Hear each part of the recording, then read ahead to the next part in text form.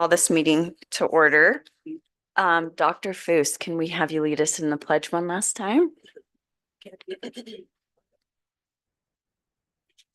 the flag of the United States of America and to the republic for which it stands, one nation, under God, indivisible, with liberty and justice for all.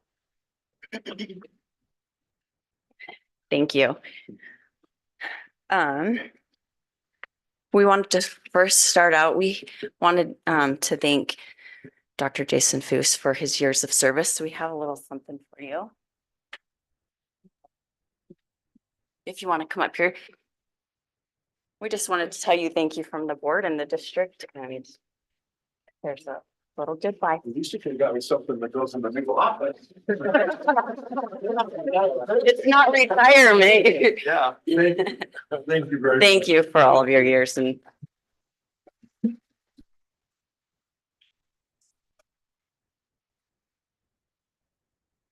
then also we wanted to thank Craig and for his leadership of the district for the past several years, and we have some for you too.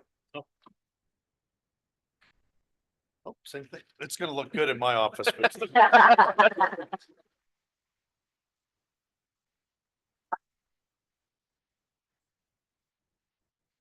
Thank you. We appreciate all of your years of service to our district and the impact you've had on students and staff and parents. So thank you. We will start tonight with the recognition of all state boys soccer recipients. Tina Rodriguez.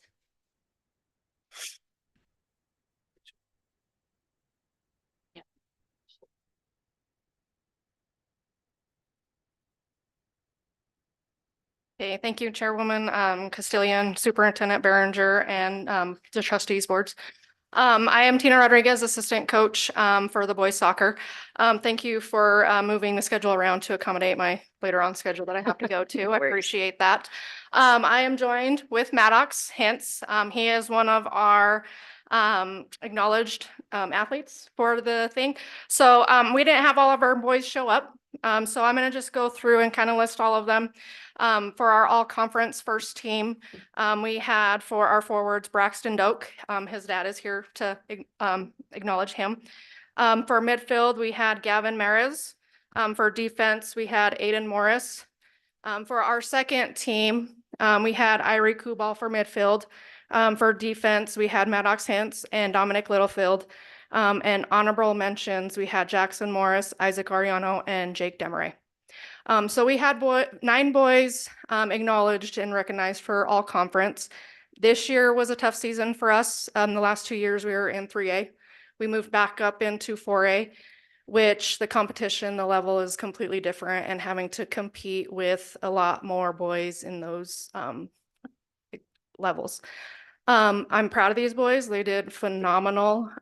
For all state, we had Braxton Doak recognized as second team. And then honorable mentions was Gavin Mares and Aiden Morris. Again, phenomenal season that these boys put in. It was a rough season, good times, bad times, but I'm proud of the hard work that they put in. Maddox suffered some injuries. He went back east for some wrestling, came back injured. But in all, we support our boys and everything that they do, whether it's soccer related or anything that they kind of venture off to. We don't like to restrict them in what they can do. So definitely proud of these boys.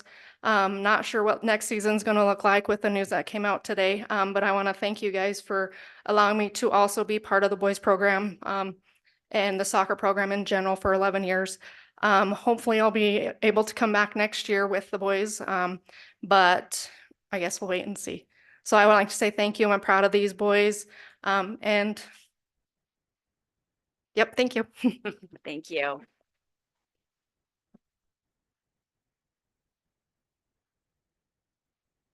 Great job. We'll move on to recognition of Teacher of the Year, Dr. Foos. Thank you, Madam Chair, Castillion, trustees. Andy, will you come up here? I'm going to take about 1 minute and tell my favorite Andy Trumbull story. And Joy, I see you in the audience and many of you others, but those of us that were there a few years ago when Andy was delivering the opening day's keynote speech, he burnt a mask. It was the year after the pandemic, and it was awesome. But what a lot of you don't know is later that night, I'm sitting there. It's about 9 o'clock watching ESPN. And I get this knock on the door, and it's Andy Trumbull having a, you okay if I say it, meltdown. And he burnt a mask that day in front of the faculty in the trash. It was awesome. But then he landed on rants and raves and was just getting pulverized.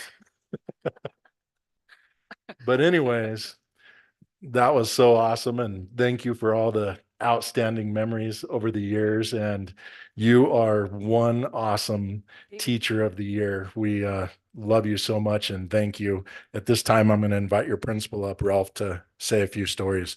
Don't be burning any more masks in the near future.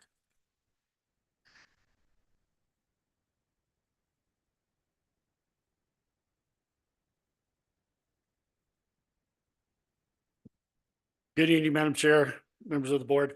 It's with great pride I get to speak a little bit about Mr. Trumbull as our district's teacher of the year. For the past 30 years, Mr. Trumbull has profoundly impacted not only his students, his colleagues at school, but the entire district with his unwavering dedication to education, leadership, his passion for making a difference wherever he's at.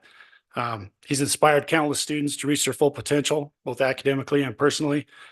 His genuine care, unique teaching methods, and personalized attention have created not only a supportive learning environment where students feel empowered, but they're able to succeed on a high level as well. Beyond academics, Mr. Trumbull has nurtured their social and emotional growth, preparing them for successes after high school and in life. As a leader and a mentor, Mr. Trumbull leads by example. He demonstrates professionalism, integrity, strong work ethic. Mr. Trumbull's contributions extend beyond the classroom as he plays a pivotal role in creating positive school climate and culture. He promotes a sense of belonging and pride among students. His dedication to maintaining a safe, inclusive, and welcoming environment has helped build a vibrant, thriving school community in our math department. Mr. Trumbull's commitment to physical activity and community engagement shines through as he has been involved in coaching, mountain biking class, and he goes out on his own time and does trail maintenance that many of you probably enjoy these trails around, and the trail maintenance crew is standing right here. This is it. His passion for mountain biking inspires students to embrace an active lifestyle, while his volunteer work in the trail maintenance fosters a sense of environmental responsibility and outdoor stewardship among students as well. Above all, Mr. Trumbull's humility, compassion, and integrity make him an extraordinary role model. Despite his exceptional talents, he remains ever so humble, and he is deeply invested in the success and well-being of those around him. His passion for education, care for others, and dedication to making a positive impact leave a lasting legacy that will resonate for years to come in our district. Mr. Trumbull not only is an exceptional educator, but also a remarkable human being who has touched many lives of so many. His impact on our school, district, and community is profound, and I'd like to congratulate Mr. Trumbull as a Teacher of the Year in Sweetwater County School District number 2, and wish him the best of luck moving on at the state level and representing Sweetwater County School District number 2.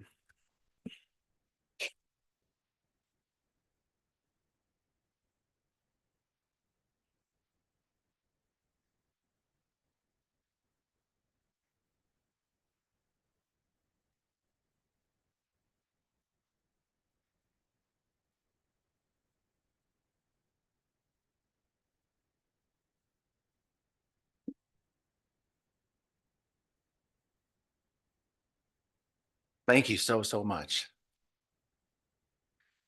Madam Chair Castilian, Superintendent Behringer, esteemed board members and selection committee members, thank you for this truly humbling honor.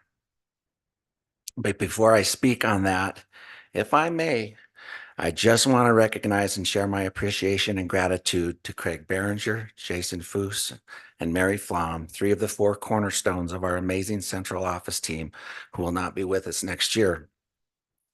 The leadership that you have shown Your hard work, your dedication, and your unwavering commitment to the success of our students, teachers, and schools have left an indelible mark on our district that will be felt for many years to come. You facilitated a culture of wellness and kindness, innovation and collaboration, and excellence in growth. And you've created an atmosphere of high morale in our district where staff, students, and parents feel valued and appreciated. And it has been our great pleasure to work with such a passionate, caring, and inspirational team. So would everyone please stand and join me in giving them a well-deserved show of appreciation and best wishes for the new chapters in their lives.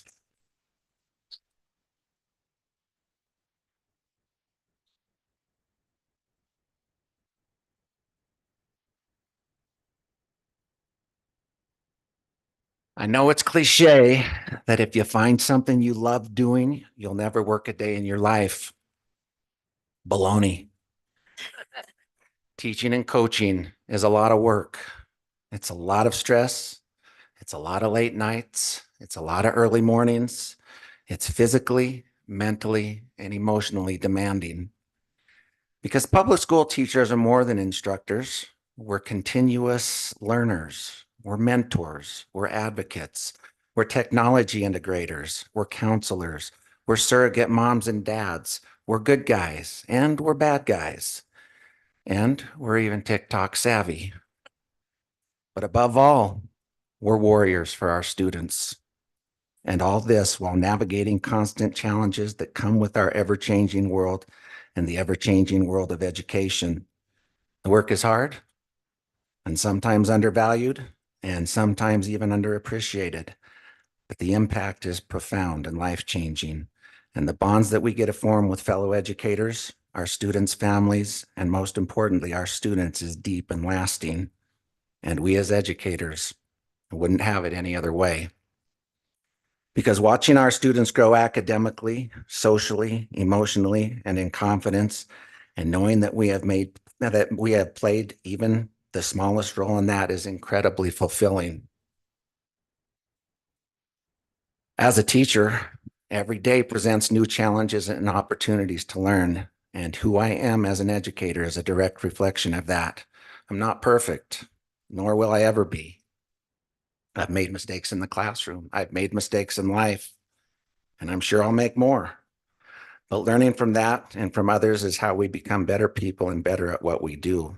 So I'm very proud to say that I share this honor with the many amazing teachers, administrators, staff members, parents, and students that I have learned from and have been blessed to work with in my 34 years here as an employee of Sweetwater County School District Number 2. There were 25 nominations from peers and students for this year's Teacher of the Year, representing 392 and a half years of collective service, but also many other champions in the eyes of their students who were not nominated but fully deserving of this honor. And it makes me feel very small and humble in light of all the greatness that this district holds to have even been nominated. So to the fellow nominees and deserving educators for this award, I wanted to take a moment to express my sincere gratitude to each of you for your incredible dedication and the inspiring work you do every day. Being nominated alongside such talented and passionate educators as Bridget Nilsson, Kylie Lewis, Mary Kelsch, Joy Johnson-Kana, and Tim Cassidy is truly an honor in itself.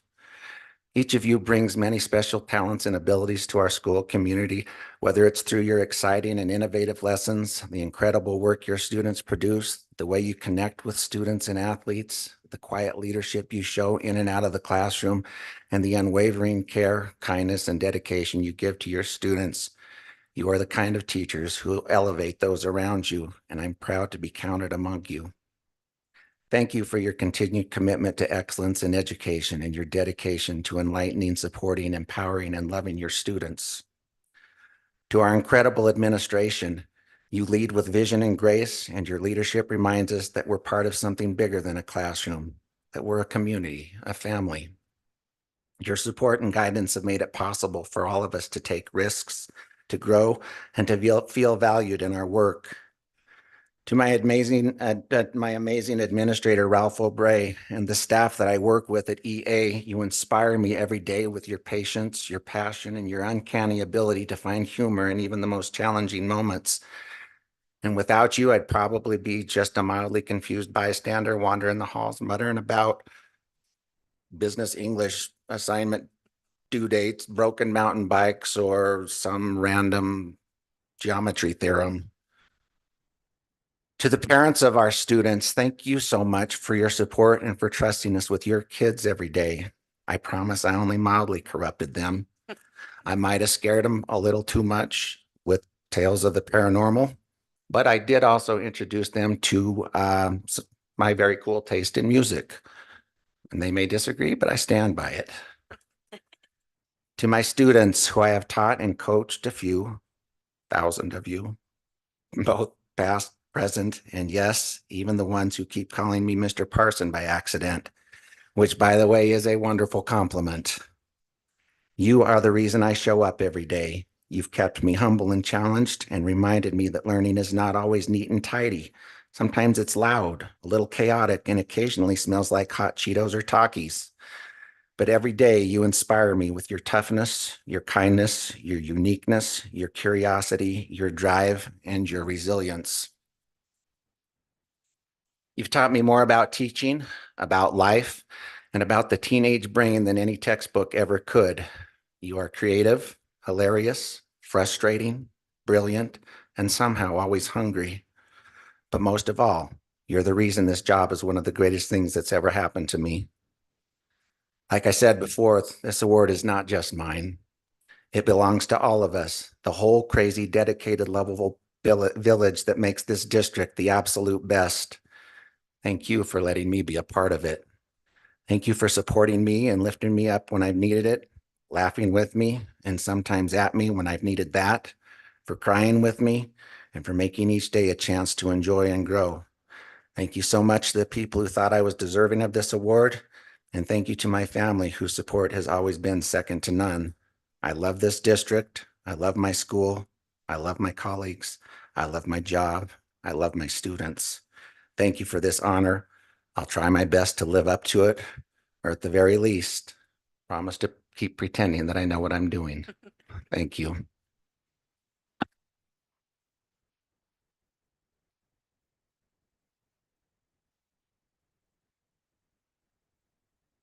Congratulations, Mr. Trumbull. Very well deserved. And I know you have some scary stories. I remember hearing some of those after my son got off the bus with you. So thank you very much. Next, we're going to move on to recognition of all state softball recipients. Mr. Hyde.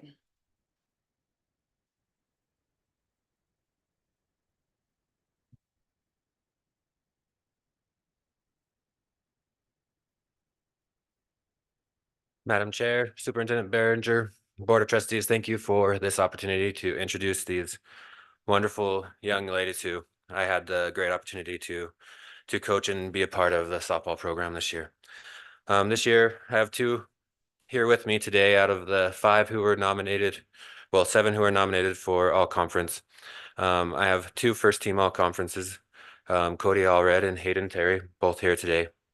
Second team all conference, Chasey Shiner, Emma Reek, and Izzy Kelly were also voted into that. And then I had 2 honorable mention, Allie White and I almost said Merida, that's her nickname, but Danielle Mag. And then on top of that, All-State, Cody Allred was also a first team All-State player, and honorable mention Hayden Terry. Just to talk about these 2 and the senior class, I have 7 seniors that I'm losing this year. This senior class represents every single win that our program has had in softball. It's a fairly young program, and we didn't win any games our first season. And these seniors represent all of those wins, including Hayden up here. She pitched as a freshman. She started her first game as a freshman, got our first win as a pitcher for our program. And that is awesome. So just to talk about both of these 2 a little bit from this season.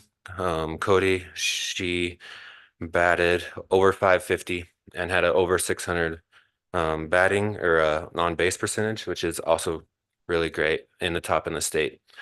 As well as she only had 2 passed balls as a catcher, and I don't know if everybody understands what that is exactly, but that is phenomenal. That is by far the best in the state. And then Hayden Terry as well batted over 450 this season and threw over 2,000 pitches for us. And both of these two are going to be very, very missed, as well as those other seniors that were nominated today. Thank you so much.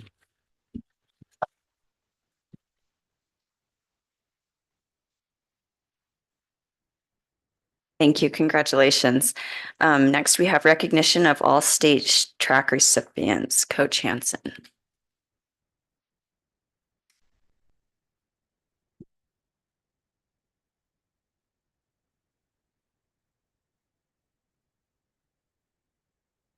Very good.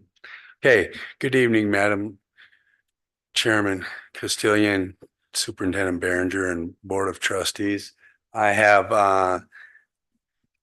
well, 4 of 7 that we were going to recognize tonight. I'm going to start at the sophomore class. Nicole Wilson was not able to be here tonight. Her and her family are doing something much more entertaining, I guess, because they're going to be on lake somewhere.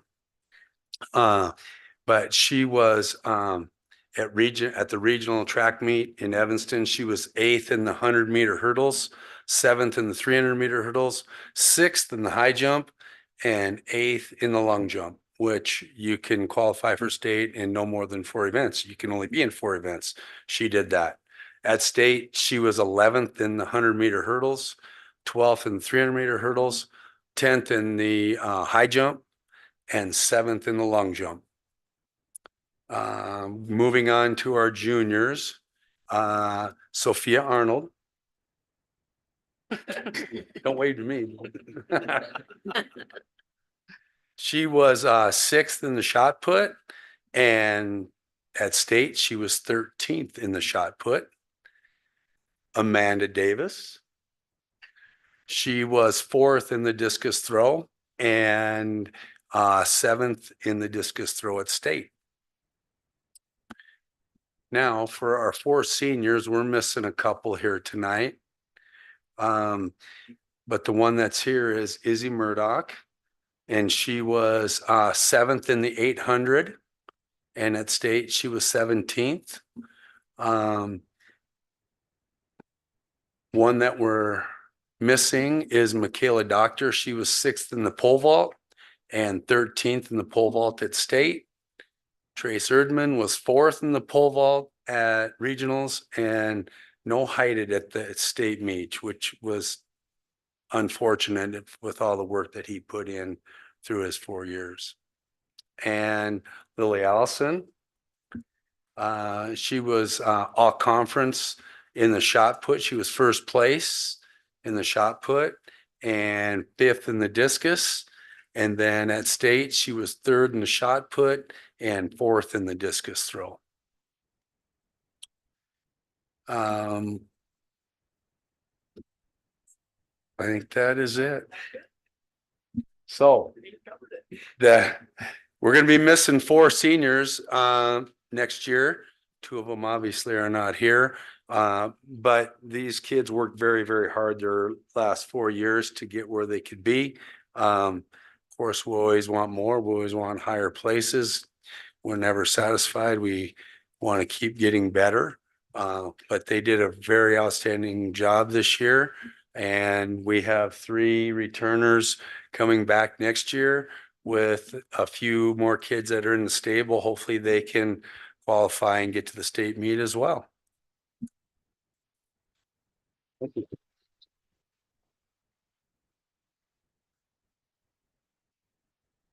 Thank you. Congratulations. Next, we have recognition of all state girls soccer recipients. Coach Robles.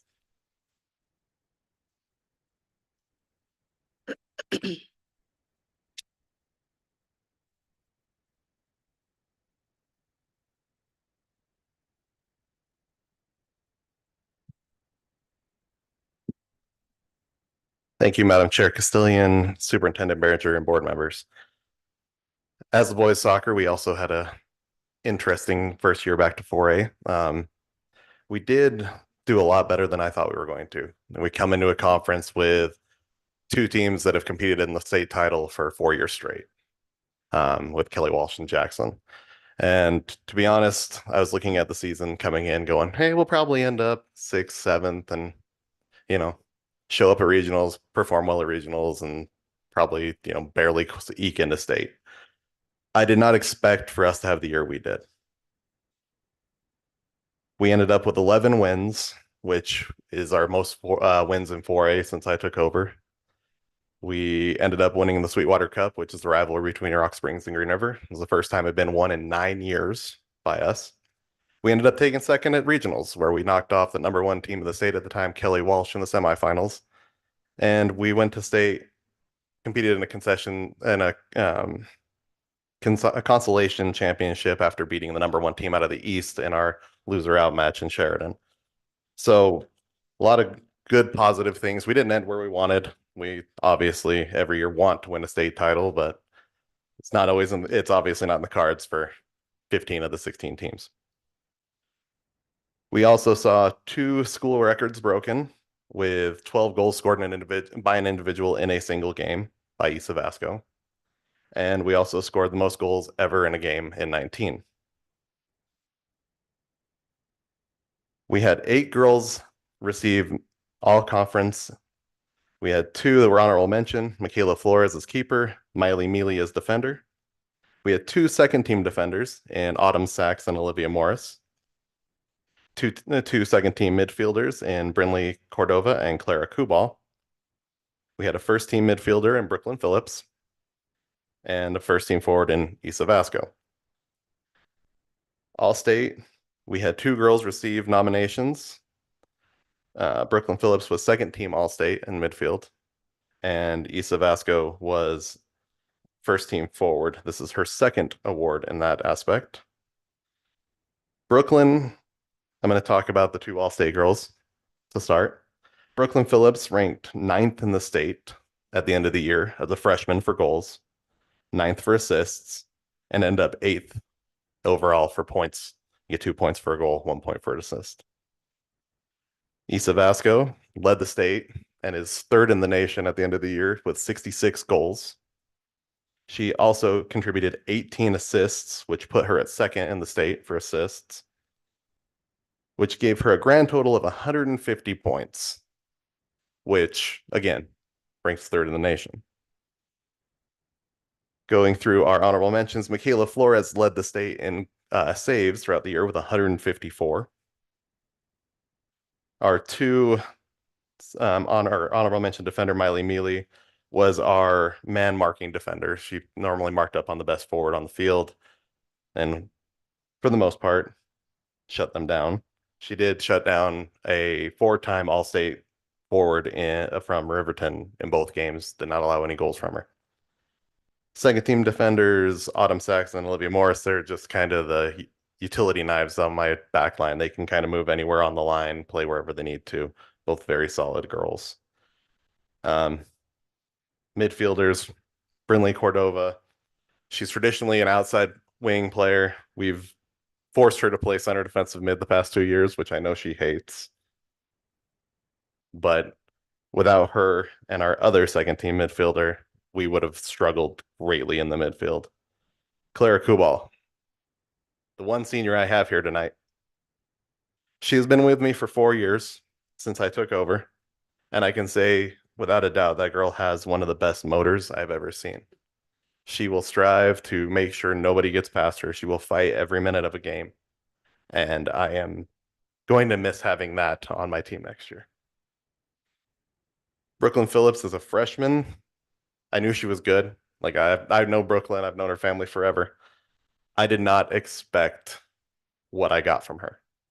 To come in as a freshman and give and score the way she did and contribute the way she did in the first half of the season was outstanding. She picked up a little bit of an injury in her hip. We ended up forcing her back to play center back for us. And I could play her there every game, and I probably would feel just as comfortable with her there as I do in the midfield. And then you just can't talk enough about Issa, really. She missed 2 games for us this year as she was competing with the ODP national team in Italy, where she was nominated best attacking player and most exciting player of the tournament. The girl is just, it's a pleasure to have her on the team. It's a pleasure, and I appreciate her for letting me come along on the ride. And we will hopefully hear in the next 8 days that she has been nominated and approved as the state's Gatorade Player of the Year. I honestly don't think that there's anybody else who has a chance, but I'm biased because she's mine, you know. But again, these are the girls who were all state and all conference and have left a lasting legacy that I know we will continue to build and grow on next year and the following years.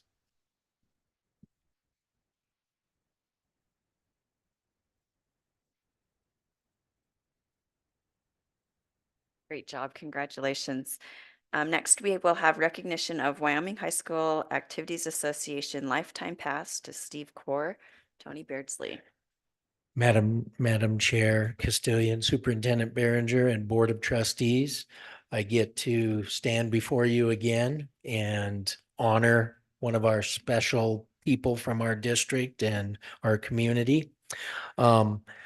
We nominated Mr. Steve Core for a Lifetime Gold Pass Award with the WHSAA, and it's a very special honor to have.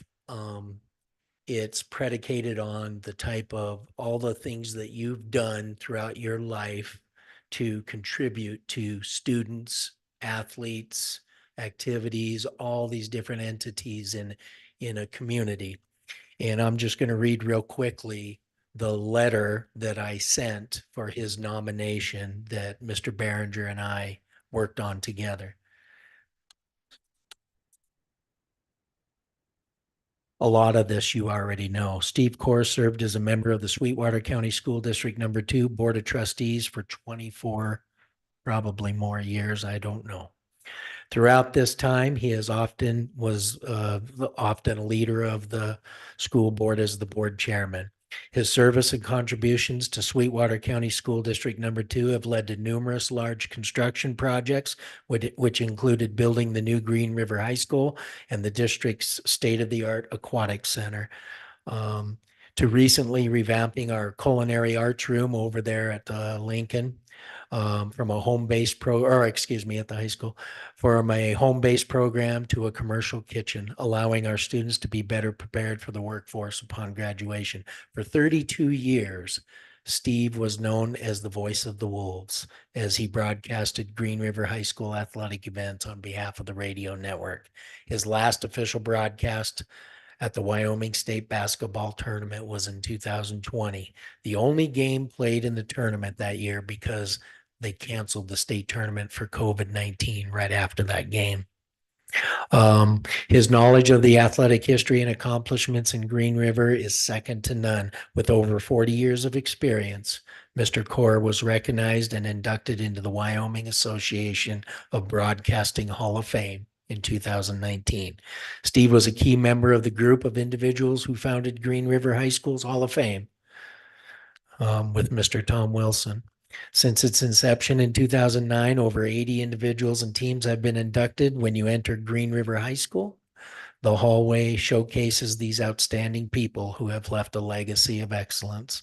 These inductees range from university presidents, Navy SEALs to legendary state championship teams. And Steve has also been selected as an inductee next year in the Green River Hall of Fame. Outside of all these district things that Steve has done, he's also been the past president of the Wyoming Association of Broadcasters Board, past president of the Sweetwater Officials Association, member of the National Sportscasters and Sport Writers Association, past president of the Green River Junior Babe Ruth Baseball League, past board member of Green River Little League Board, coach of various leagues and activities from 1989 to 2005, Castle Rock Medical Center board member, Green River Ducks Unlimited member and previous local president, Rocky Mountain Elks Foundation member, and that's just a few things that he's done. This touches on the lasting impact that Mr. Corr's involvement and determination will leave on our students, staff, parents, and our community. So with that, it's my honor to present from the WHSAA a lifetime gold pass to Mr. Steve Corr, which allows him to go to any events, any activities, anytime from state championships on down. Mr. Steve Corr.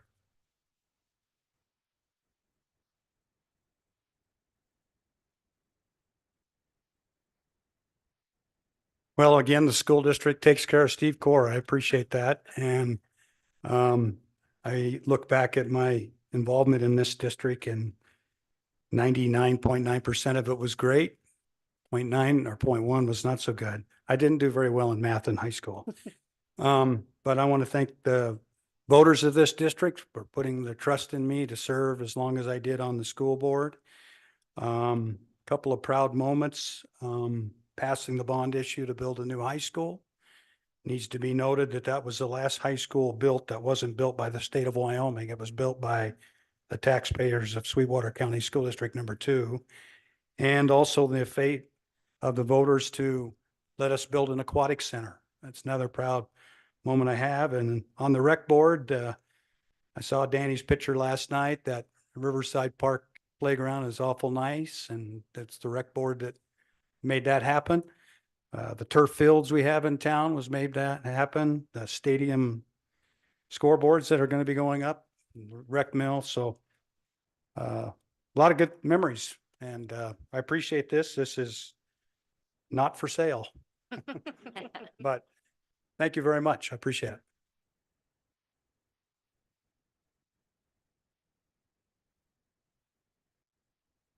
Thank you, Steve, for all of it that you do to support the schools and continue to support us. So thank you for your years of leadership. Moving on, we're going to do the recognition of Nutrition Services Supervisor Leah Kennison for the Innovation in Preparation of School Meals Award from the USDA. Craig Berenger. Thank you, Madam Chair and Board of Trustees. We recently received word that the Food Nutrition Services Department at Sweetwater 2 has won an award. I'm going to read you the letter and then present them with the award. Congratulations on receiving the Healthy Meals Incentive Recognition Award. I want to express my deep appreciation for your hard work and dedication of the school nutrition professionals in your district. They are unsung heroes, and their commitment to providing nourishing meals to our school children is unwavering. Approximately 30 million children receive school meals funded by the USDA. School nutrition professionals across the country go above and beyond to ensure children receive nutritional meals and snacks to support their growth and development.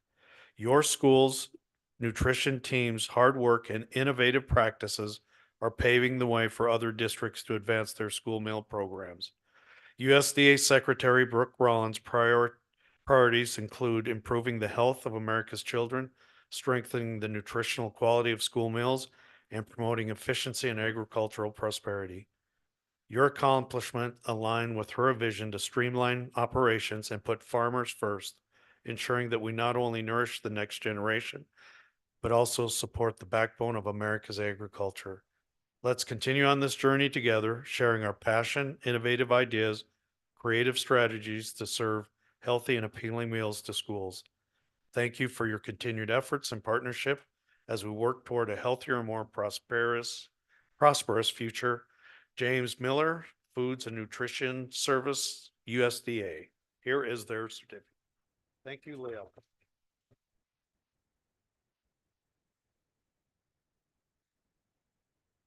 Thanks so much. This is a great segue for me just to let you guys know that this next school year, we're going to be doing homemade pancakes for breakfast and waffles. But we're going to have a caveat to that. We're bringing in Wyoming raised grains from Powell, Wyoming. So it's going to be the Wyoming grain. We'll have the Wyoming raised beef. And then we're also going to do corn on the cob every month. We have found a way to process that and hold it so that it'll be fresh for the kids throughout the school year. So my treat that I have for you guys is a taste test of the pancakes that we've been working on.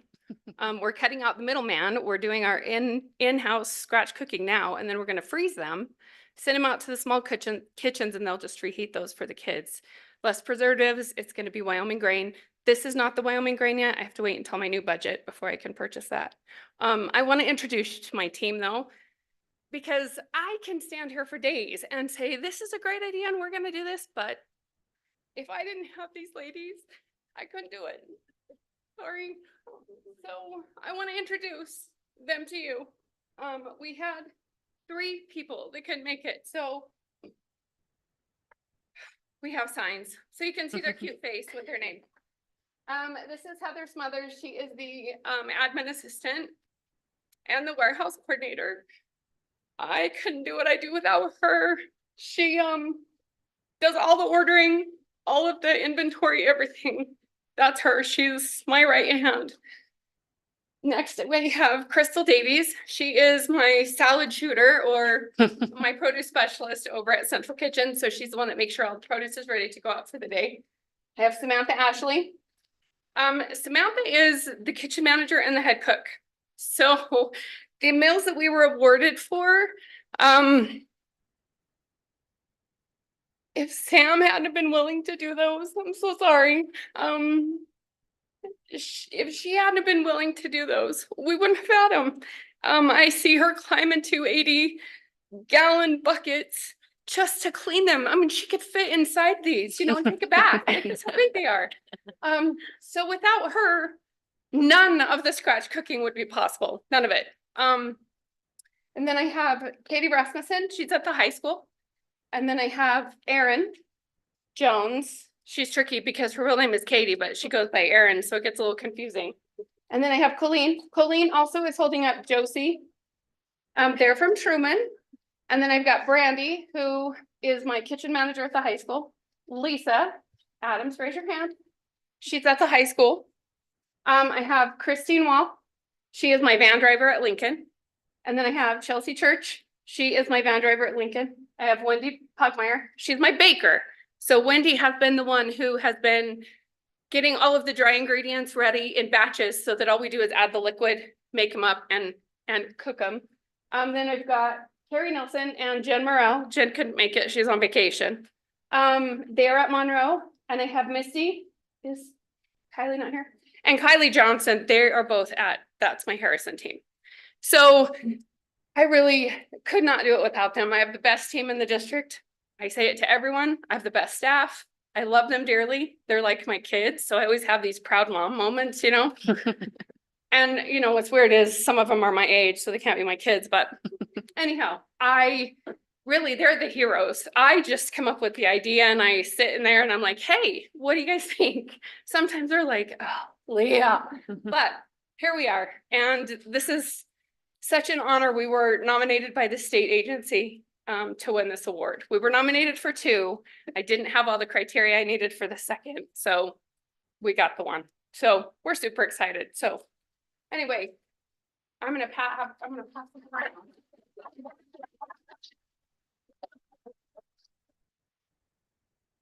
Congratulations, and thank you for all of your hard work. We know you guys go above and beyond for our kids. Can we have you guys come up and we'll take a picture? Stop. All the way, all line up. With all those. They have her.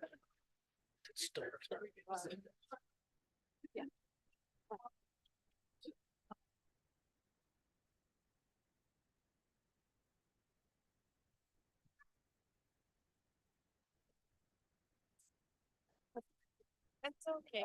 I don't love it. can't stand behind Misty because she's taller than me. I know.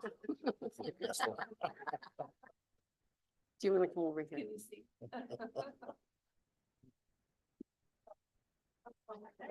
Well, there we go.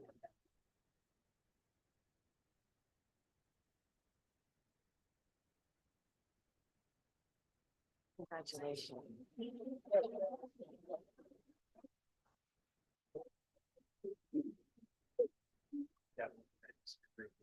Hey, Andy, before you leave, can we get a picture with you real quick too? I don't know if you heard. Andy's out the door. Oh, he's right here. Oh, there he is. thought you snuck out. Sorry, we should get a picture with you. And if I would have known your mom was here, I would have said hello. Sorry, you're up there all by yourself. Okay. Or we could go up there, either. There we go. Yeah.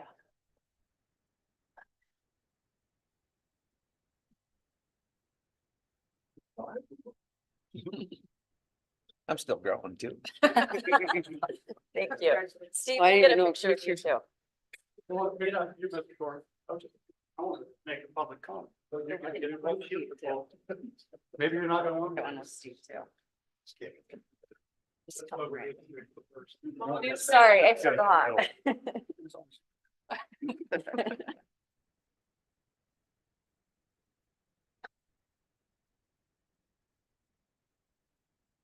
Congratulations. Thank you, appreciate it.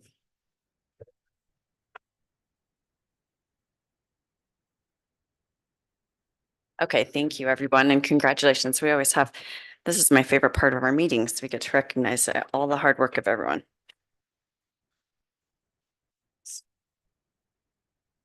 And Leah knows the way to Tate's heart. I don't even know if he's 8 yet today. Perfect. You're on the end. That's lunch for tomorrow. Okay, now is the appropriate time for visitors in the audience to be recognized and to speak on items both on the agenda and of general concerns to the patrons of the Green River Schools. There will be a limit of 3 minutes for an individual and 5 minutes for a group spokesperson. No speaker shall speak more than twice on any issue. The board is legally obligated to maintain confidentiality concerning district personnel, and therefore matters concerning the district personnel will not be discussed. Steve Core, welcome. All right, thank you. Steve Core, citizen of Green River. Madam Chair and esteemed board members. First off, I want to thank a couple of people. I want to thank Craig Berenger and Jason Foose for your outstanding contributions to this district. And I enjoyed working with you guys, both of you. And Mary, I know you're going to be around for a couple more months, but you always kind of were the glue that kept everything together. If I needed anything when I was as board chair, I could go to Mary and you typically had it done. So I appreciate you. And Andy Trumbull, congratulations, well deserved. I remember the mask burning and I remember the rants and raves, and the school board maybe gotten a little bald in that, but I was there and watched it. I was not offended by what you did. So the reason why I'm here is to speak out against your policy CKA, firearms personnel authorized to carry, concealed carry. I've always felt that guns do not belong in schools.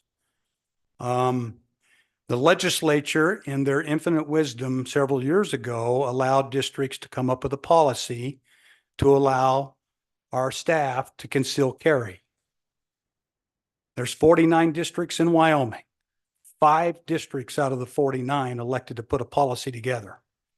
The other 44 said no, and that's the way it should be.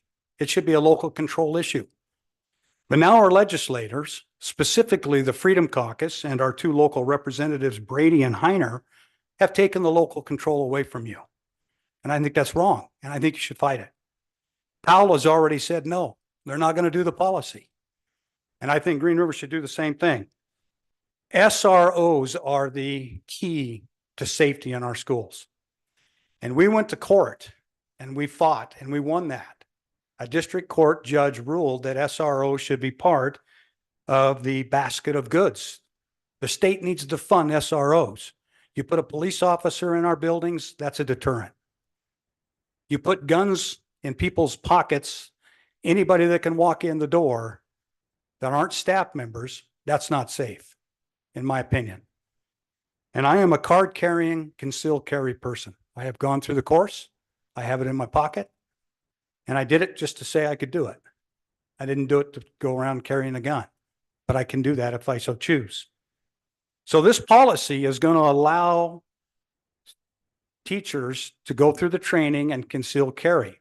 But remember this, since this policy was put in play, or this legislation was passed 4 years ago, this district did not put that policy in place because we didn't have one teacher come to us and say, we need a policy for concealed carry. Now think about that. Now, I don't know what the legal ramifications are. Maybe you pass it tonight on second reading, talk to your attorney, find out what the deal is, unless you guys are in favor of it. But I say no to guns in schools. I just think that local control has been taken away from you folks. It feels like you're having to put this policy in place. And I think that's wrong. Green River has spoken. Our staff has spoken. They don't want guns. Not one staff member has come to us and then asked for a concealed carry policy. Evanston has it. Cody has it. Couple other districts have it. But that's it out of 49 districts. So I would at least encourage you to one of two things. Kill this thing or pass it under protest. Make it a 4-3 vote or whatever. Send a message to the Freedom Caucus that we elected closest to the people, Green River School District, put us in office. I heard you coughing, Marlene. That's who put us in office. So we're the closest to the voters. You guys are. So that's all I got. I'll stand for questions. Any questions? Thank you very much for your time you, and thanks Steve. for Thank you, serving. Steve. Appreciate it. Anyone else?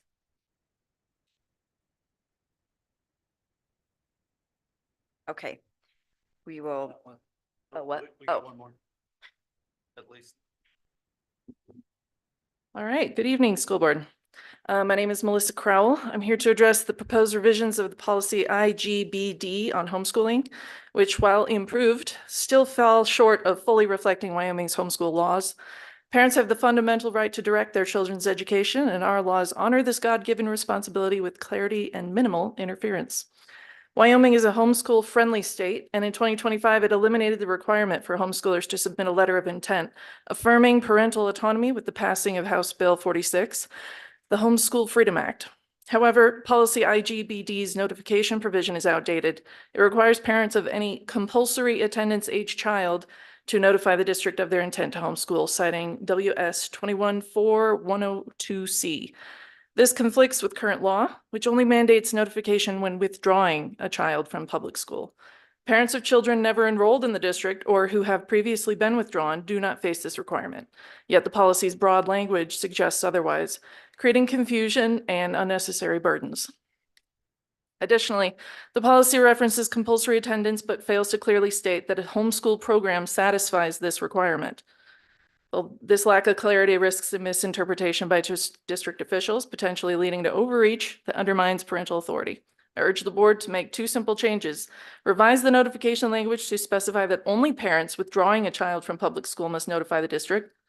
And two, add a clear statement that a homeschool-based educational program meeting WS 214101A6 fulfills compulsory attendance obligations. These changes will ensure policy IGBD reflects the intent of Wyoming's homeschool laws, which prioritize parental freedom and educational choice. I also have a few questions about the land allotment in item number 901 on the agenda, specifically where, how much, and to who. We would find it so helpful, and it would go a long way to engendering trust in the community to see these sorts of details listed in the agenda going forward. If Rock Springs can do it, we can do it better, right? And also, I would like to make a note that if you do not allow firearms in the school, you make yourself a soft target and you make our children a soft target. Thank you. thank you.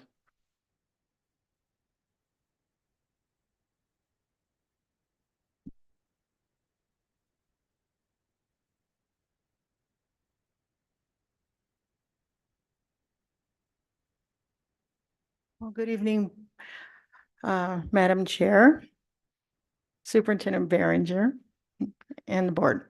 I didn't plan on, do you want to set that again? I won't go over 3 minutes.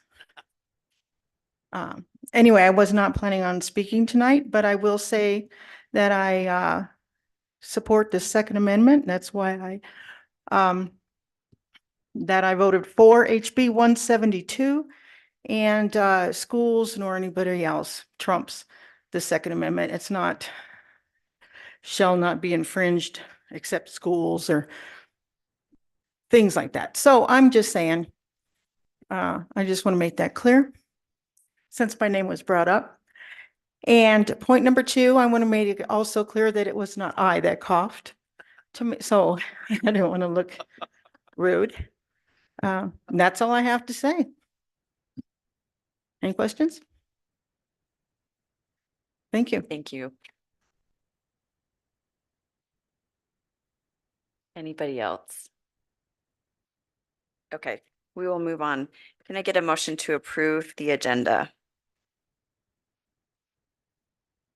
I'll make a motion to approve the agenda. Moved by Michelle, Second. second by Mandy. Any discussion? All in favor? Aye. Aye. Any opposed? Motion carries. Can I get a motion to approve the consent agenda items? I'll motion to approve the consent agenda items as presented. Motion to approve by Tom, I'll second. second by Michelle. Any discussion? All in favor? Aye. Aye. Any opposed? Motion carries. Okay. Item 5.01, just a reminder that on July 15th, we will have the rec board and the board meeting. It's pushed back a week because it is July.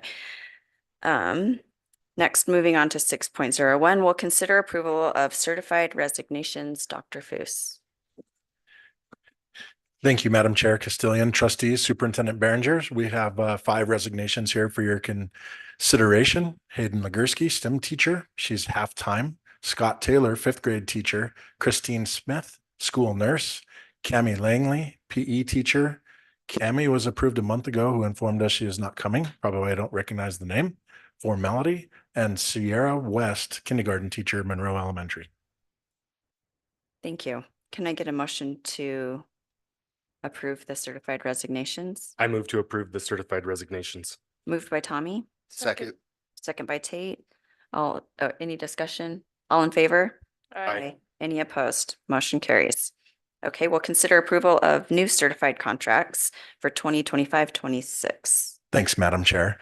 Nathan Nelson, PE teacher, Truman Elementary. Mandy Egler, Title I teacher, Truman Elementary. And Andrew Dewey, health science teacher, part-time, Green River High School. Just to clarify and have some transparency for trustees, Andrew Dewey is going to fulfill 0.40% of Josh Lewis's job. We've had the trainer teacher posted for a couple of months now. And so it does appear the district's going to need to break that job into 2 parts. And so Andrew Dewey is going to suffice the teaching part at Green River High School, and the district's in conversation to facilitate and fulfill the training needs of the district, the best that the district's going to be able to do moving forward. So the intent is to use the salary vacated by Josh Lewis to plug in these 2 pieces. Thank you for the clarification. Can I get a motion to approve? So moved. Moved by Mandy, Second. second by Tom. Any discussion? All in favor? Aye. Any opposed? Motion carries. Thank you. We'll hear a report on the end of the year summary and enrollment. Greg Behringer.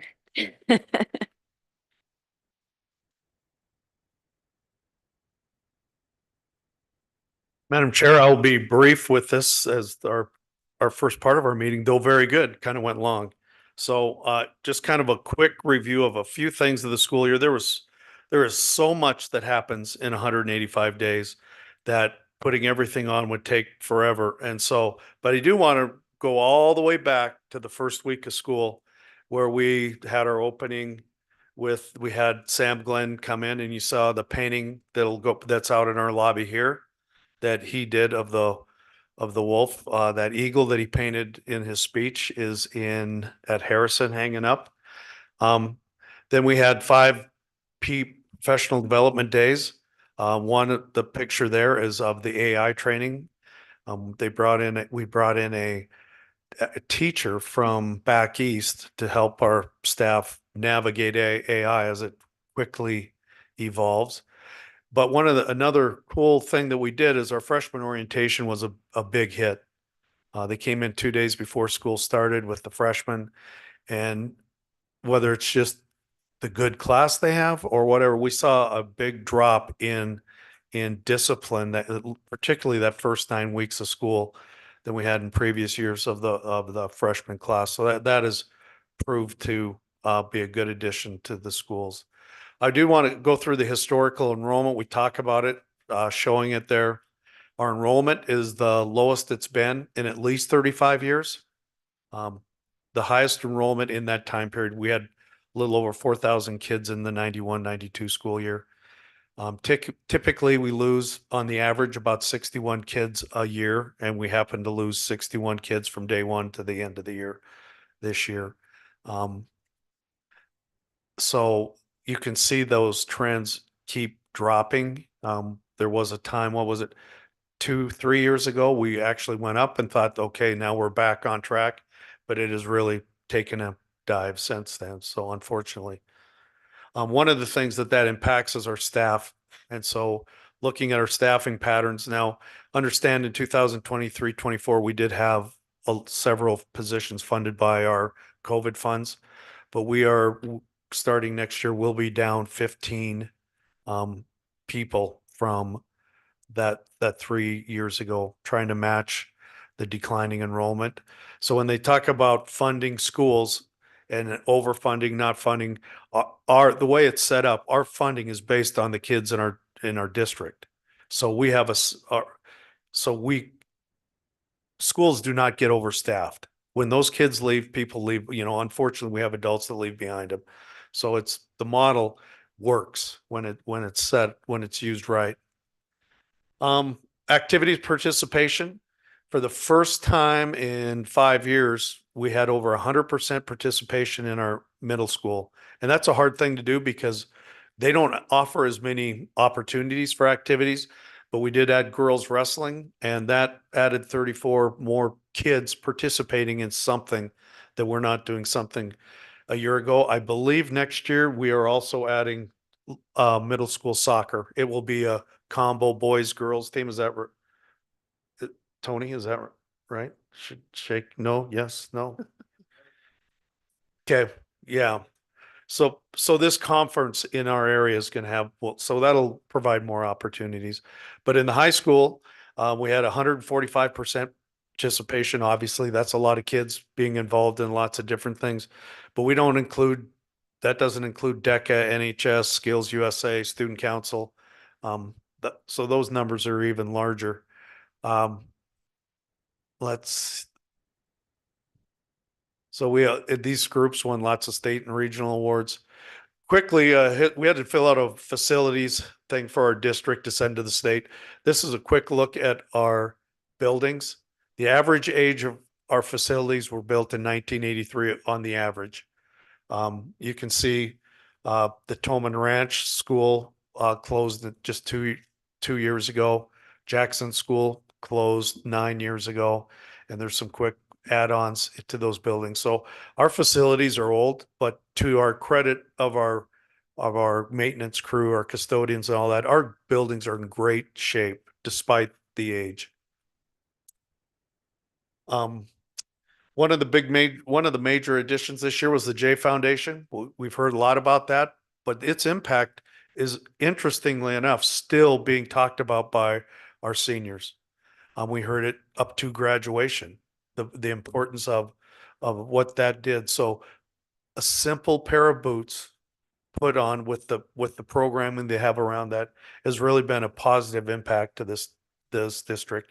And we have secured funding for that for the next 2 years. Is that right, Alan? So the next 2 years, we're good. We can build up an account in the meantime and hopefully fund that beyond those. It's expensive, but well worth it. A few of the events, our transportation department participated in the 5th grade safety day. Kids had a lot of fun with that. Our teachers updated curriculum. We were adopted math and English in 1 year. That's a big ask, and they did very well with that. Our 8th graders and our seniors went through Wyoming's Constitution Day, did a good job with that. Senior government, and we still hear about this one. The proclamation of the first female governor in the United States is still being talked about. That was done by led by Bridget Nielsen and done by our senior government class. Picture there, our 7th graders scored very well in the Y-top, And because of that, Mr. Mickelson got a haircut. It may not grow back. That will be the most interesting news of the summer to see what it looks like in September. This might be the new look. Truman's celebration of veterans, packed that place in. That was a great event. Every kid participated and there was lots of people there. Harrison had their turkey trot, had to do it inside because of the weather. Lincoln had their Veterans Day salute, which was another outstanding event. Monroe's Christmas adventure was, if you had a chance to go through that building, that was very well done. Green River High School's Hope Squad went out and worked with McKinnon's kid. They were having some trouble with kids not understanding space and maybe a little bullying and so these high school girls went out there and did a great job that afternoon with the kids at McKinnon. It was a very good experience for the McKinnon kids and for the Hope Squad. Our high school was recognized as a school of distinction. I think Platinum was the Platinum Award this year, moving up. We celebrated the new kitchen.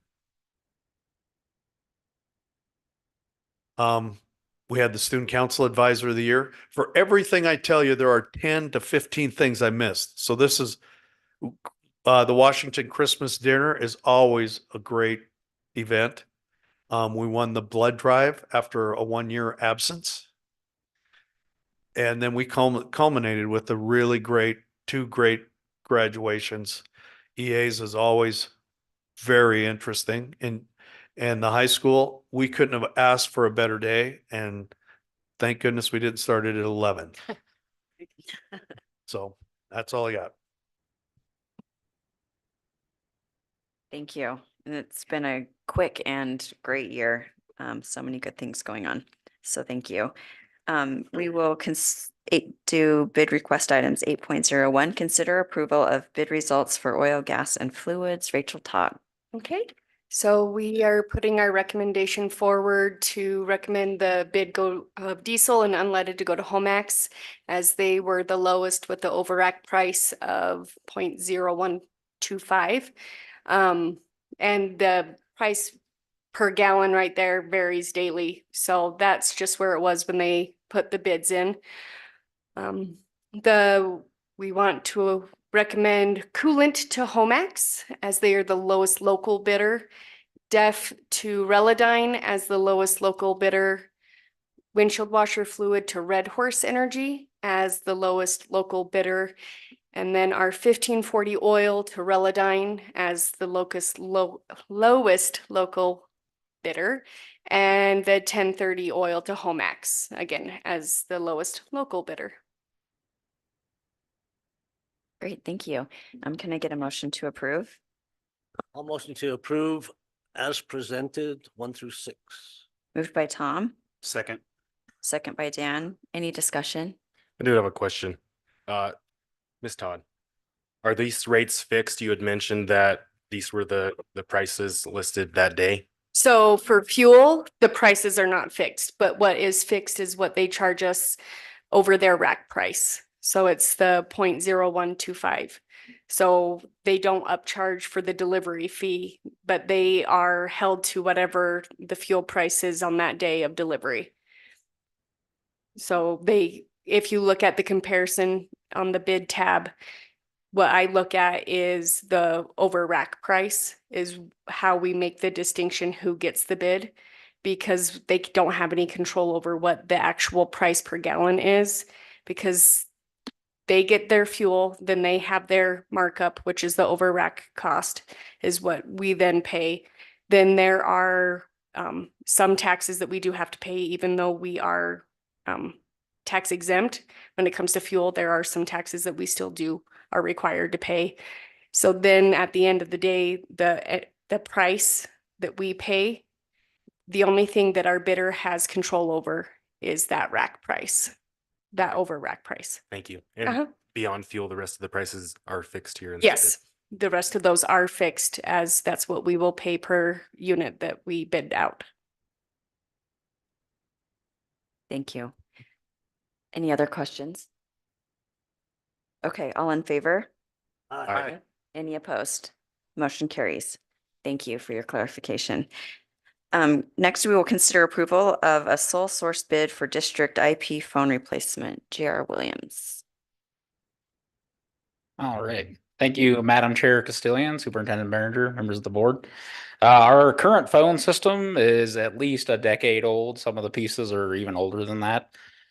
So we've been working with 954 consultants to come up with a game plan as far as replacing all of the phones, our call manager, our voicemail system, as well as consolidating some of the SIP trunks that we pay for, kind of getting everything all under one roof.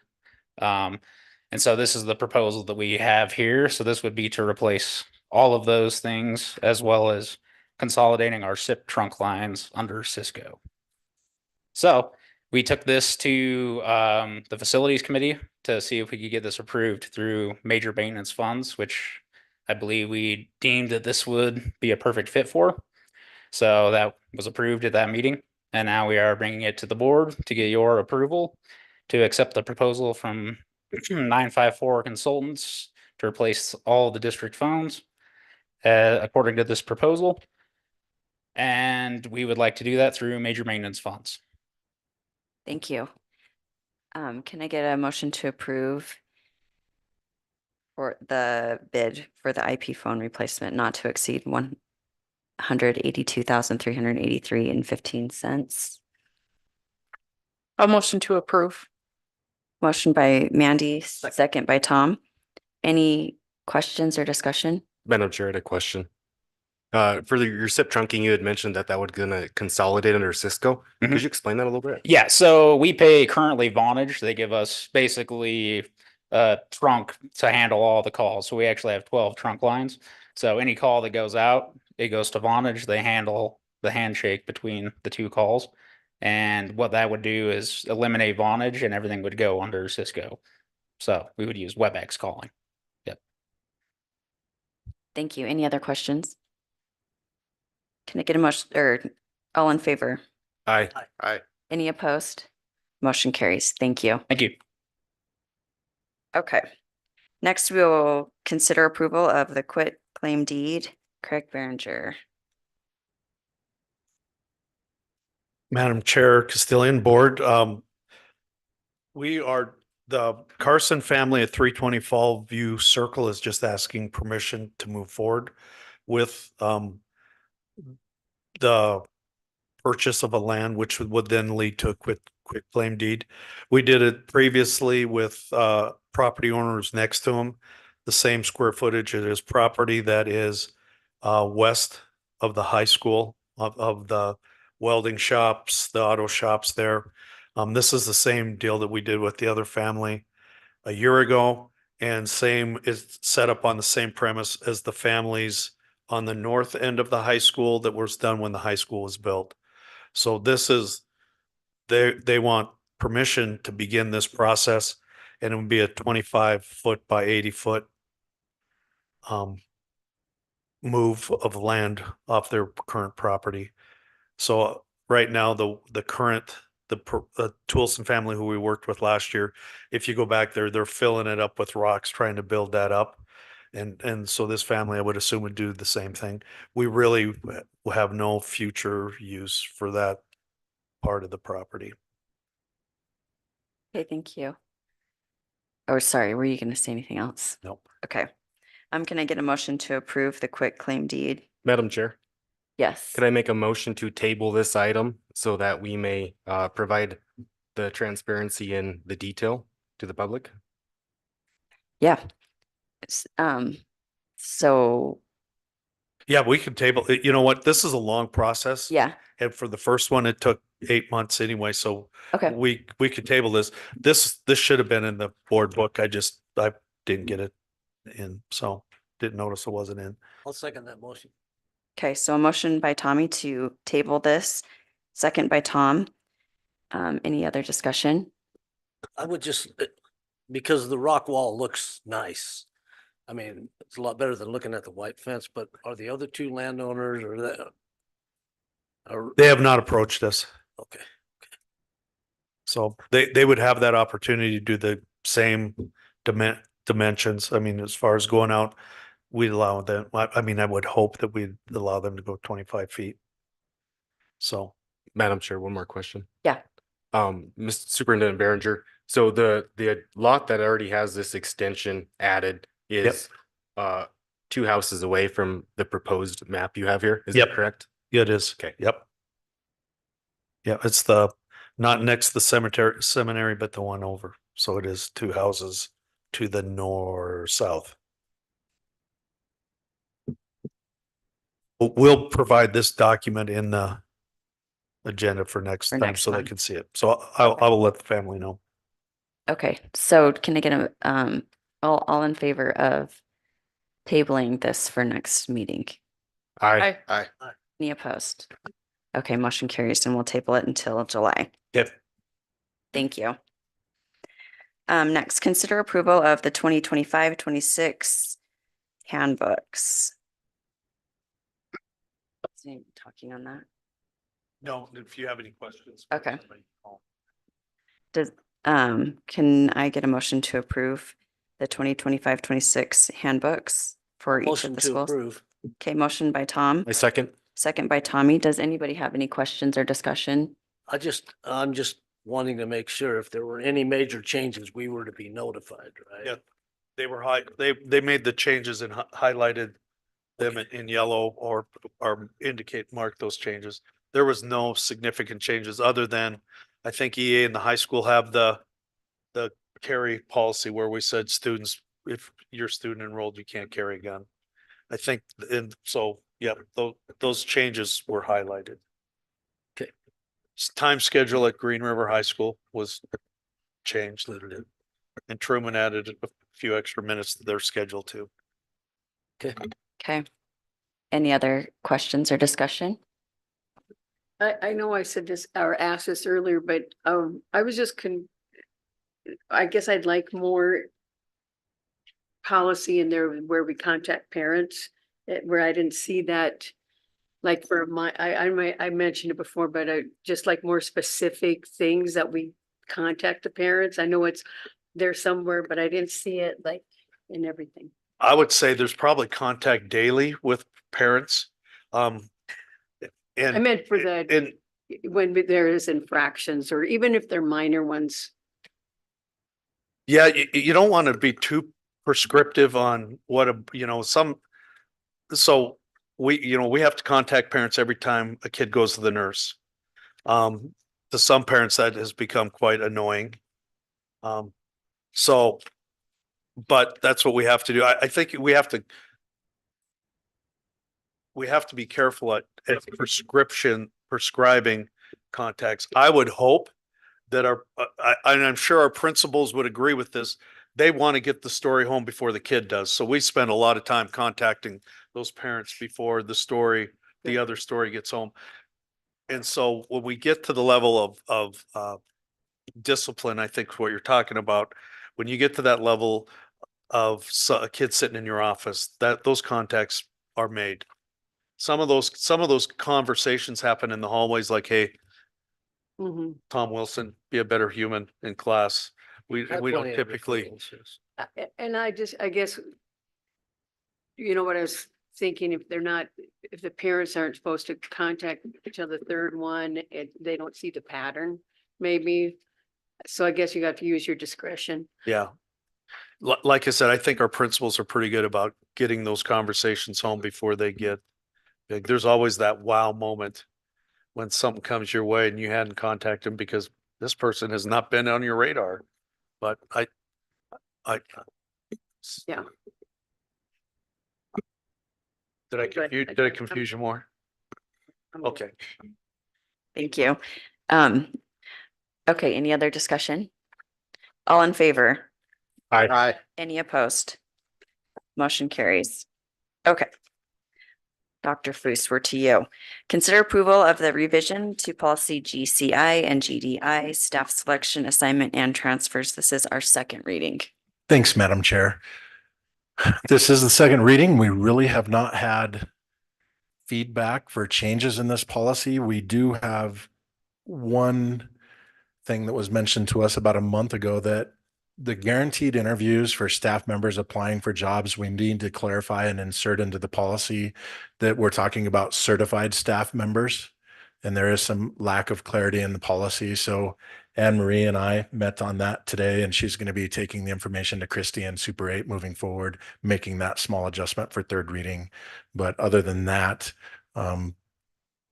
Christie, I appreciate your work and the team on the committee that happened this year. And thank you for consideration for the second reading. Thank you. Can I get a motion to approve? I'll motion to approve the revision of policy GCI and GDI on second reading. Motion by Tom, Second. second by Mandy. Any discussion? All in favor? Aye. Aye. Any opposed? Motion carries. Thank you. Next, consider approval of the revision to policy IGBD, homeschooling, first reading. Now, this was received by the Wyoming School Board Association. The work was done by Kopechne and Copenhaver, those folks for that entity, and then forwarded to us in response to the new legislation. So we believe these state statutes are updated and this policy is appropriate moving forward for your consideration on the second reading. Okay, thank you. Can I get a motion to approve? I'll motion to approve IGBD homeschooling first reading. Moved by Tom, I second. second by Tommy. Any discussion? Sorry. You forget. We're just going back to what Melissa said earlier. We are, because she kind of mentioned that it wasn't up to, equal to the statute that we're. Correct. So we're vague, or is that true, or? What we'll do, working with Mary in response, we'll go have the statute check done prior to the third reading, and we'll have that information for the third reading Super 8 meeting. But we'll see if there is a discrepancy and check Melissa's comments versus the policy and have it ready to go for Super 8. And so I don't have the statute memorized, and I'm not going to even attempt to try to get into it here. Thank you. Any other questions or discussion? All in favor? Aye. Aye. Any opposed? Motion carries. Consider approval of the new policy CKA firearms personnel authorized to carry concealed carries. This is our second reading. At the HR conference and numerous other superintendent conferences, there's just a whole lot of talk about this. And it's not just our district, it's all districts throughout the state. And one of my personal understandings takeaway is that the legislation did remove basically local control from school boards to say yay or nay on this by their new legislation. If there's an inaction by the Board of Trustees, you do open yourself up to the potential of someone carrying without the notification or the training, is my understanding. And I've heard a lot of discussion. I know, Madam Chair, you have as well at the school board meetings that you attend as the chair. And so I believe it is this district's intent to enhance the protocols of a volunteer staff member or anybody who potentially wants to conceal carry around the children of SW2 and require them to engage in the additional training. Thank you. I would just add also that we are working with our local law enforcement, and this is their suggestion also. And we are trying to do whatever will keep our students and staff and everyone in our buildings as safe as possible. So can I get a motion to approve? I'll motion to approve policy CKA on second reading. Moved by Tom, Second. second by Mandy. Any discussion or questions? I just want to make a comment on EA's handbook, where it said even if some of your students do have a concealed carry permit, that it just kind of emphasized that you're still a student. I appreciated that. No, I just want to say in 41 years, I'm sure I sat across from somebody, whether there was legal or not, that was armed. And so I just think this is policy. I appreciate Steve's stance.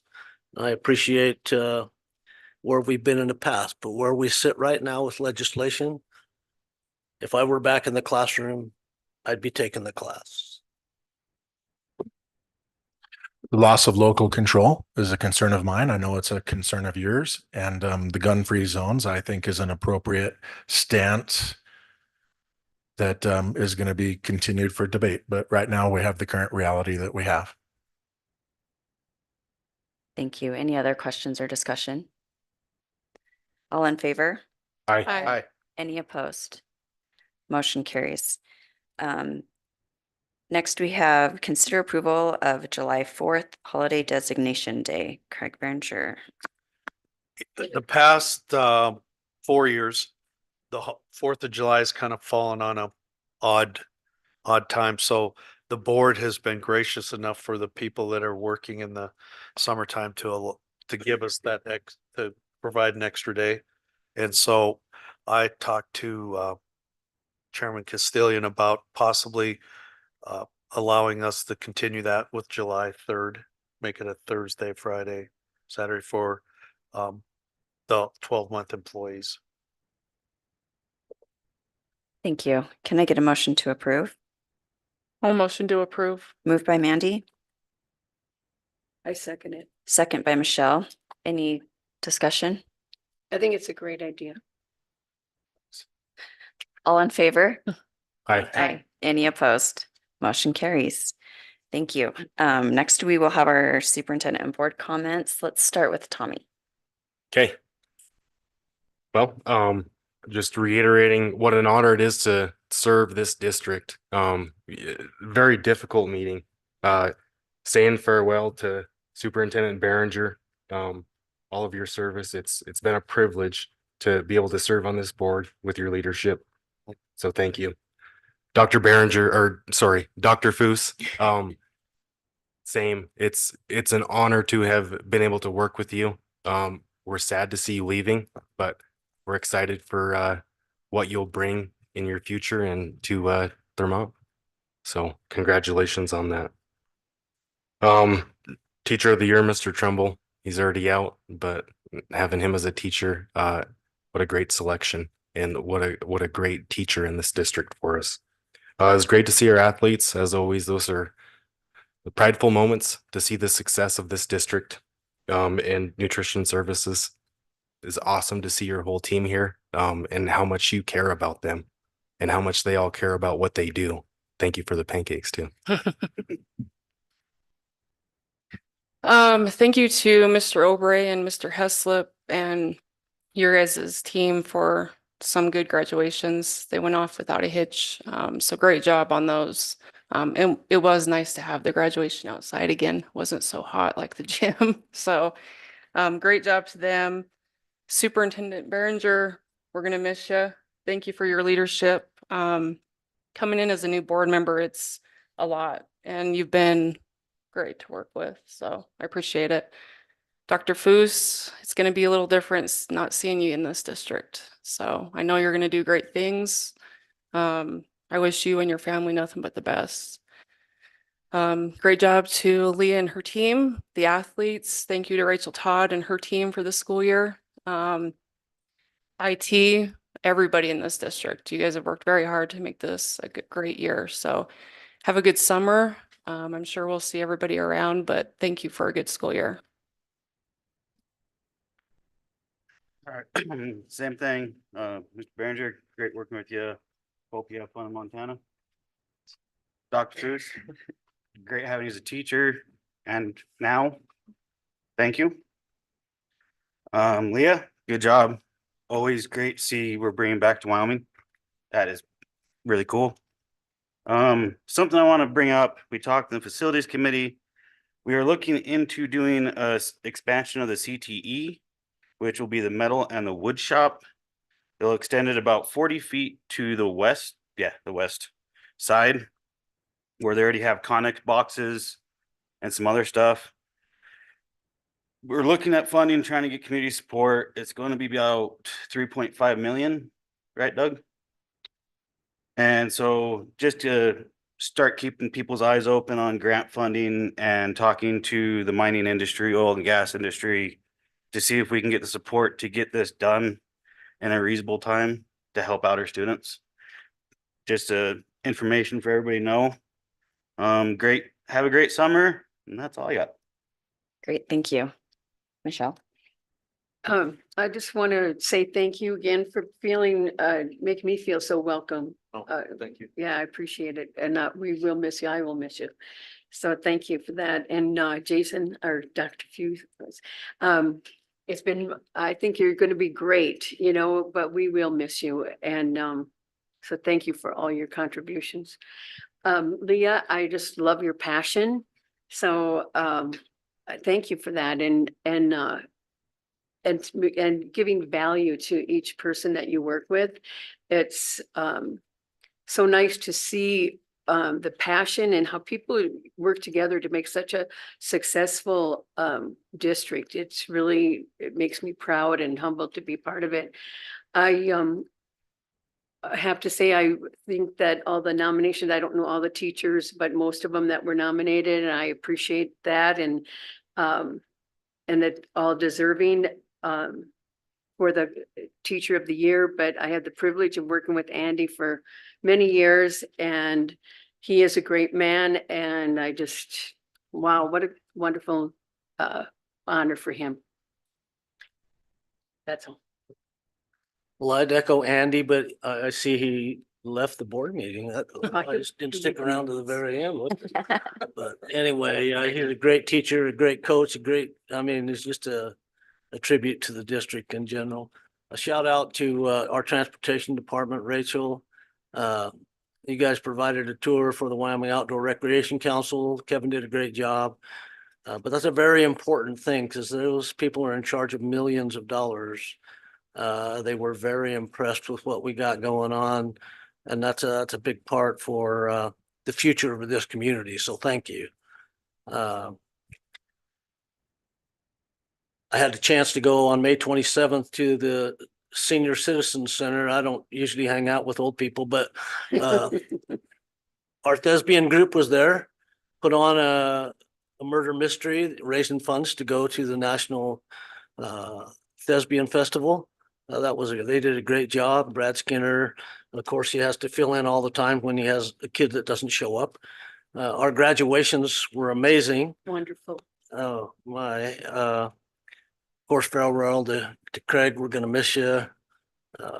You came in at a very tough time and did an amazing job of putting this district back in a place of trust where our morale is at a top spot. Dr. Foose, we've been down a lot of roads together, my friend.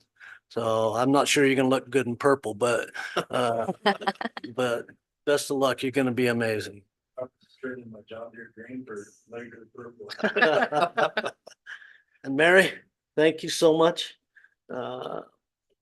You've done so much. We're gonna miss you. 3 people from central office is gonna be tough to fill. I want to thank all of those who came out for the Macy Braden Memorial golf tournament. Macy was a student back on October 3rd of 2016. She was killed in a car wreck. We developed a scholarship at that time. That was 9 years ago. We funded it out of pocket for the last 9 years, but decided to put together one annual fundraiser. We took a stab, never having put together a golf tournament before. Rolling Green Country Club was gracious enough to give us a spot on the docket, which just to put that in perspective, they had to turn down the Cowboy Open this year because there weren't enough spots, but we ended up getting one of those spots to put this on. We had $1,000 donation from a guy named Martin Ostrowski, just out of the blue from New Jersey. Sweetwater Trophy donated 3 framed pictures. They're silent auction out at the course right now, but the bids are in over $1,000 for those 3 things. We generated, with those added in, we generated a total of $8,097. After we pay the bills, we're going to put $5,500 into that scholarship fund for a one-day fundraiser. So the golfing was left a lot to be desired, but we had a great time. So it was fun, and we limited it this year to 12 teams. Next year we'll expand it to 18. But everybody had a great time, and good times had by all, and we put some money out there. That scholarship is designed to promote women headed into the trades. So that includes engineering, et cetera. So what a great opportunity. And I want to echo what Danny brought up. We need to look seriously at expanding specifically the welding and woods area. If anybody had a chance to go up there and see the Industrial Arts Fair, but the week before that, if you look at those shops and what's going on there with those things, our teachers there, Liz, Rosie, Tim, they are absolutely amazing. It's the most sought after class at the high school. So we need to look at expanding that, especially with so many opportunities coming our way in the near future that we can put kids out in the workforce. So there's lots of different fundraising ideas and places we can get sources, but we need to take a look at that. 3.5 million, I think, is what we came up with on a number to make that happen. So that's all I got. Thank you everybody for being here tonight. It was an honor to get to participate in the graduations. It's awesome to see what we do for those seniors and to help them get ready for the future. Craig, thanks for being a mentor over the last 6 months and answering all my phone calls and texts and emails. You did a good job over the last 5 years for this district, and we're grateful for that. Coach, good luck in purple. I don't know what we're going to do with that, but I look forward to hopefully seeing you guys back in the community. What a great school year we had. Look forward to getting ready for next year. Thanks, everybody. Thank you. I would just echo all of those thoughts. Craig, thank you so much for all that you've done. And you really have pulled the morale back together in this district, and we really appreciate your leadership. And he's always available when we have a question. And if he doesn't have the answer right away, he'll figure it out and get right back to you. So I appreciate you always being available and helping me to understand things. And Jason, thank you so much for all that you do. I know you've done a lot in this district in lots of different capacities and touched a lot of lives and students and staff and everyone. So we really appreciate you, and good luck. And I'm sure I'll be seeing you at different state meetings. So I'll look forward to seeing you again. Graduation went off really well, and your wife did a great job speaking, and Steve Schwartz did a great job. And so it's always fun to see those kids and see them get their diplomas. I hope everybody has a great summer and enjoy your time off and just relax a little bit. Craig. Thank you. I want to follow up on the shop spaces. We looked at, there's been issues probably when you were teaching. We have half of our kids in the welding shop have to sit in a classroom waiting for a welding opening. Mr. Cassidy has some of his 21st century digital shop things looks like a closet. So those spaces expanding those spaces are very important. And like you said, Tom, those are some of our most sought after classes with, we got good teachers in them. That's why, but those are classes that this community benefits from. So we need to figure out a way to get that going, and soon before Mr. Cassidy retires. I would like to thank everybody.